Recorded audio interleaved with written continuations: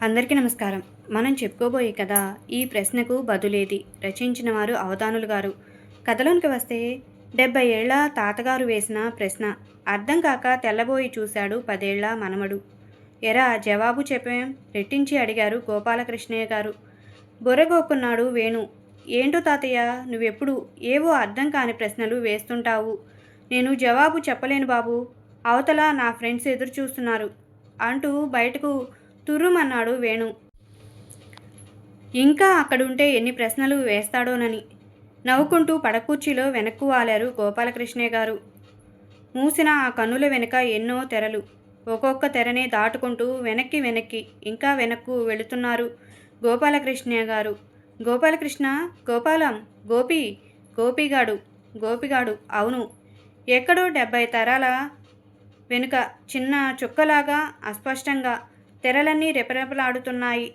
గోపిగా ఇలా రారా, తమ్ముణ్ణి చూడవు. 3 ఏళ్ల గోపిగాడు అయిష్టంగానే అమ్మ దగ్గరకు నడిచాడు. అతి సన్నంగా చీపురు పుల్ల లాంటి కాళ్ళు చేతులు, పెద్ద బుర్ర. చీ, తమ్ముడేం బాగున్నాడని 4 రోజుల నుంచి అందరూ వాడిని ముద్దు చేస్తున్నారు. కోపంగా అనుకున్నాడు. ఒరేయ్ తమ్ముణ్ణి ఇవాటి నుంచి ముట్టుకోవచ్చన్రా, రా ముట్టుకొని చూడు, అమ్మ ఆప్యాయంగా పిలిచింది. నేను రాను పో, కోపంగా బుంగమూతి పెట్టాడు. నవ్వుకుంది అమ్మ. అమ్మ ఇవాళ నువ్వు బువ్వ పెత్తవు, జాలిగా అడిగాడు. నేను మంచం మించి లేస్తే ఎలారా నాన్న, పాపం చిన్న తమ్ముడు ఏడవడు, పాపం చిన్న తమ్ముడు అన్న మాటలు గోపిలో కోపాన్ని మరింత పెంచాయి. ఇన్నాళ్ళు ఆ మాటలన్నీ తనొక్కడికే పరిమితం. ఇప్పుడు ఇంకొకరు లాగేసుకుంటున్నారు. నువ్వే బువ్వ పెట్టాలి, మారం చేయసాగాడు. ఇక లాభం లేదని అమ్మ లేవబోయింది. తమ్ముడు గట్టిగా ఏడ్చాడు. అమ్మ వాడిని ఒళ్ళో వేసి కూర్చుంది. ఈసారి నిజంగానే దుఃఖం పట్టలేక వెక్కి ఏడ్చాడు గోపిగాడు. అమ్మ జాలిగా చూసింది. ఒరే రామం అని 10 ఏళ్ల పెద్దవాడిని కేకేసింది. మంచివాడివిరా, ఈ గోపిగాని అలా తిప్పి తీసుకురా, ప్రాణం విసిగిస్తున్నాడు అంది. పెద్దన్న మంచివాడు, తమ్ముడు మంచివాడే, నేనే చెడ్డవాణ్ణి కోపంగా అనుకున్నాడు. అలా చాలాసార్లు అనుకుంటూనే ఉన్నాడు. తమ్ముడి ఎప్పుడూ కొట్టరు, అన్నని ఎప్పుడూ కొట్టరు, నన్ను తమ్ముడంతైనా చేసేయి, అన్నంతైనా చేసేయి దేవుడా అని రోజు దేవుడికి దండం పెట్టుకునేవాడు. స్కూల్ నుంచి వచ్చిన 10 ఏళ్ల గోపి బస్తాలా ఉన్న పుస్తకాల సంచిని విసురుగా నేల మీద పడేశాడు. ఇవాళ కూడా క్రికెట్కి వెళ్ళడం అనవదు విసుగ్గా అనుకున్నాడు. చేయవలసిన హోంవర్క్ తలుచుకుంటూ ఈ మాస్టర్ కూడా అంతలేసి హోంవర్క్లు ఇస్తే తెలిసొస్తుంది కోపంగా అనుకున్నాడు. అమ్మా నేనెలా ఫ్రెండింటికి వెళ్ళొస్తా. టిప్టాప్గా తయారయ్యి బయటికెళ్తున్న అన్నని గుర్రుగా చూశాడు. ఈ అన్న ఎంత అయ్యి ఎప్పుడు కాలేజీలో చేరతానో నిట్టూరుస్తూ అనుకున్నాడు. వాళ్ళకి హోంవర్క్లు, మంత్లీ టెస్టులు ఉండవట. అసలు క్లాసులో ప్రశ్నలే అడగరట. క్లాస్ మధ్యలో లేచి వెళ్ళిపోయిన మాస్టర్లేమీ అనరట. ఎంత అదృష్టం! ఈ హై స్కూల్ చదువు తొందరగా అయిపోతే బాగుండును, హాయిగా కాలేజీలో చేరిపోవచ్చును ఆశగా అనుకున్నాడు. వాకిట్లో మట్టిలో ఆడుకుంటున్న తమ్ముడు కనిపించాడు. వాడు అదృష్టవంతుడే. 1వ క్లాసు వెధవికి టెస్టులు, హోంవర్కులు ఏమీ ఉండవు. నేను కూడా మళ్ళా అంత అయిపోతే ఎంత బాగుండును, కానీ ఎలా అవుతాను నిరాశగా అనుకున్నాడు. అర్ధరాత్రి 2 గంటలప్పుడు టేబుల్ లైట్ ముందు కూర్చుని మండుతున్న కాళ్లను తుడుచుకుంటూ వస్తున్న ఆవలింతల్ని బలవంతంగా ఆపుకుంటూ అవస్థపడుతున్నాడు 19 ఏళ్ల గోపి. చదవవలసిన కోర్సు చూస్తే బోల్డు, ఒక్కసారిగా చెప్పరానంత నీరసం ముంచుకొచ్చింది. పుస్తకాలన్నీ తీసుకెళ్లి నూతిలో గిరాటేస్తానో అనిపించింది. ఏం కాలేజీలో, ఏం రెగ్యులేషన్సో, 3 ఏళ్ల కోర్సు ఒక్కసారి చదవాలి. హై స్కూల్లోనే నయం, ఎప్పటికప్పుడు టెస్టులు, హోంవర్క్లు ఉండి పరీక్షల ముందు ఇంత శ్రముండేది కాదు. ఎప్పటికప్పుడు చదువుదామనుకుంటూనే తప్పనిసరి కానందువలన అశ్రద్ధ. ఎంత చదివినా పాస్ అవుతానన్న నమ్మకం సున్నా. ఇంట్లో ఈ మధ్య తనకి విలువ కూడా తగ్గిపోతుంది. అన్నయ్య ఉద్యోగం చేస్తున్నాడని అందరూ ఎంత గౌరవంగా చూస్తారు. తమ్ముడు రోజు చదువుకుంటాడని ఎంత ముద్దుగా చూస్తారు. తనే ఏ విలువ లేకుండా ఒక రాయిలా బతుకుతున్నాడు. త్రిశంకు స్వర్గం లాంటి ఈ వయసు వద్దు బాబోయ్. ఆఫీస్ మెట్లు నీరసంగా దిగుతున్నాడు 25 ఏళ్ల గోపాలం. 25 ఏళ్లకే ముసలితనం వచ్చేసినట్లుంది ఈ ఉద్యోగంలో చేరాక. చీచీ, ఏం బతుకులో! యంత్రంలో చక్రం నయం, గానుగెద్దు నయం. చేయని నేరానికి ఎన్ని చివాట్లు పెట్టాడు మేనేజరు. అన్నీ విని తలంచుకు వచ్చేశాడు. ఎంత సిగ్గులేనితనం! కాలేజీలో ఎవరైనా ఒక్క మాటంటే పడేవాడా? లెక్చరర్లు తానంటే హడలి చచ్చేవారు. ఇప్పుడు తానే ప్రతిదానికి హడలిపోవలసి వస్తుంది. తుమ్మితే ఊడిపోయే ముక్కులాంటి ఉద్యోగం. నిశ్చింతన్నది లేదు.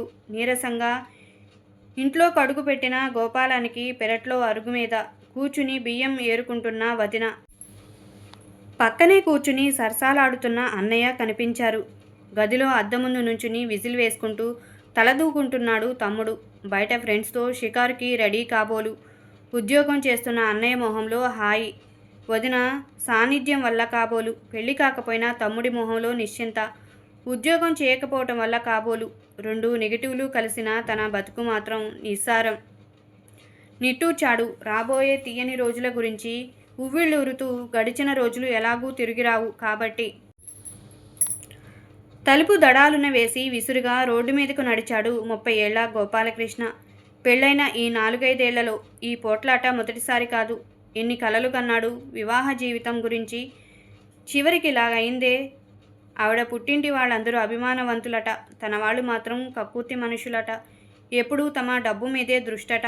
ఆవిడతో సంప్రదించకుండా అన్నయ్య కొడుకి బట్టలు కొన్నందుకు ఎన్ని మాటలంది. క్షణక్షణం కాళ్ళకి బందలే.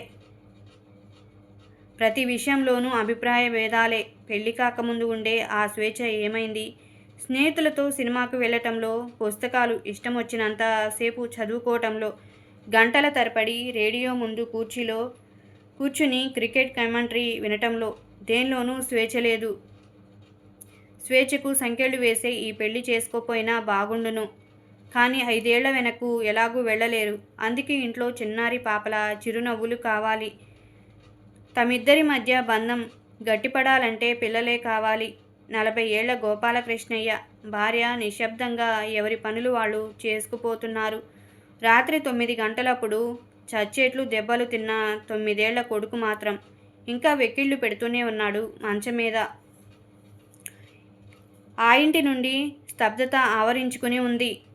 ఇంకా 10 ఏళ్ళు ఇంకా పిల్లాన్ని పెంచి పెద్ద చెయ్యాలంటే భయం వేసింది గోపాలకృష్ణయ్యకు. 10 ఏళ్ళు లేని వెధవ ఎప్పటినుంచే స్కూలు మానేసి పార్కులంటా తిరుగుతాడా? ఎలా వీణ్ణి దారికి తేవటం? వీడిప్పుడు పెద్దవాడవుతాడో, ఎప్పుడు బాధ్యతలను తెలుసుకుంటాడో. ఈ మధ్య భార్య కూడా మరీ ముభావంగా తయారవుతుంది. పిల్లలు పుట్టక ముందే నయం. మనసులో ఏదైనా కుళ్ళుంటే ఎదురు వెళ్ళగక్కేసుకునేవారు. అప్పుడు ఆర్థిక ఇబ్బందులు ఇంతలా ఉండేవి కాదు. ఇప్పుడు పిల్లల ఎదురుగా ఏ మాట అనుకోవాలన్నా అడ్డు. ఒకవేళ దెబ్బలాడుకున్నా తిరిగి కలయికకి, అలకలు పోగొట్టుకుందుకు పిల్లలు అడ్డు. ఈ నిర్లిప్తత, ఈ దూరం, ఈ బెంగ పిల్లలు లేకుండా ఉంటే ఛీ, ఆ ఊహే అసహ్యం. ఇక చేయవలసినదంతా ఈ పిల్లలు పెద్దవాళ్ళయ్యేదాకా ఎదురు చూడటమే. ఉద్యోగం నుంచి రిటైర్ అయ్యి వాళ్ళ నీడలో తాము నిశ్చింతంగా ఉండే రోజు కోసం సహనంతో నిరీక్షించటమే. కొడుకు అన్న మాటని మరోసారి తలుచుకొని విస్తుపోయారు 70 ఏళ్ల గోపాలకృష్ణయ్య గారు. తాను ఇన్నాళ్ళు పెంచి పెద్ద చేసిన కొడుకేనా ఈ మాటలన్నది? అది తలచుకున్నప్పుడల్లా మనసు బాధతో సుళ్ళు తిరుగుతూనే ఉంది. అన్నింట్లోనూ నువ్వే ఉన్నావని తలదూరుస్తావేం నాన్నా? నీ పనేదో నువ్వు చూసుకుంటూ కృష్ణారామ అనుకుంటూ ఓ మూల కూర్చోరాదు? ఎన్నిసార్లు కొడుకు కోడలు తనని దెప్పిపొడవలేదు. కానీ కొడుకెప్పుడు తనని ఇంత సూటిగా చేదరించుకోలేదు. తలుచుకుంటే దుఃఖం పొంగుకొస్తోంది. ఇన్ని ఖర్చుల్లో ఉంటూ ఇప్పుడు ఆ రేడియో ఎందుకు కొనటంరా అంటే తప్పు. అసలు ఈ మధ్య తానన్న ఏ మాట తప్పవటం లేదు. తాను సంపాదించే రోజుల్లో ఎంత గౌరవంగా బతికేవాడు. ఎన్ని సమస్యలుంటేనేం కాక ఇంటికి తానే రాజు. ఇప్పుడు వీధిలో పడున్న కుక్క. తాను ఒక్కటే. ఆమె చచ్చిపోయింది. అదృష్టవంతురాలు ఈ చీదరింపులు పడకుండా. కానీ ఇప్పుడు ఆమె ఉంటే ఎంత బాగుండును. ఈ బాధల్ని ఇద్దరూ కలిసి పంచుకునేవారు. తను బతుకున్నన్ని రోజులు విసుక్కుని ఇప్పుడు లేని దాని గురించి దిగులెందుకు? ఇక తన మనసుకి స్వేచ్ఛ లభించిందెప్పుడో ఆ పైలోకంలోనే. ఆ క్షణం త్వరగా రమ్మని భగవంతుణ్ణి ప్రార్థన చేయటం ఒక్కటే తాను చేయగలిగింది. అంతే. అందుకే 70 ఏళ్ల గోపాలకృష్ణయ్య గారు బయటకు పరిగెత్తిపోతున్న మనుమడిని ఆపి ఆ ప్రశ్న వేశారు. ఒరేయ్, ప్రతి మనిషి ప్రతిరోజు గడిచిపోయిన రోజులు ఎంత బాగుండేవో అనుకుంటాడు. రాబోయే రోజులు ఎంత బాగుంటాయోనని ఆశపడతాడు. కానీ ఈ రోజులు మాత్రం అసలు బాగోలేవనుకుంటాడు. ఇంతకీ అతని జీవితంలో ప్రతిరోజు మంచిదా చెడ్డదా? జవాబు చెప్పలేక బయటకు తుర్రుమన్న మనవణ్ణి చూసి నవ్వుకున్నారు. తాను మాత్రం ఈ ప్రశ్నకు జవాబు చెప్పగలడా? ఈ క్షణం ఎంతో అందంగా ఉంటుందని పూర్వం ఆశించిన క్షణం. ఈ క్షణం భవిష్యత్తులో అందంగా మనసులో నిలిచిపోయే క్షణం. ఈ క్షణమే ప్రస్తుతం దుర్భరంగా తోస్తున్న క్షణం. ఎందుకు ఈ పరస్పర విరుద్ధమైన భావాలెందుకు? ఆ తప్పు కాలానిదా? అందుబాటులోకొచ్చిన క్షణాల్ని ఆనందంగా అనుభవించలేని మనుషులదా? ఆ ప్రశ్న ప్రశ్నగానే మిగిలిపోయింది.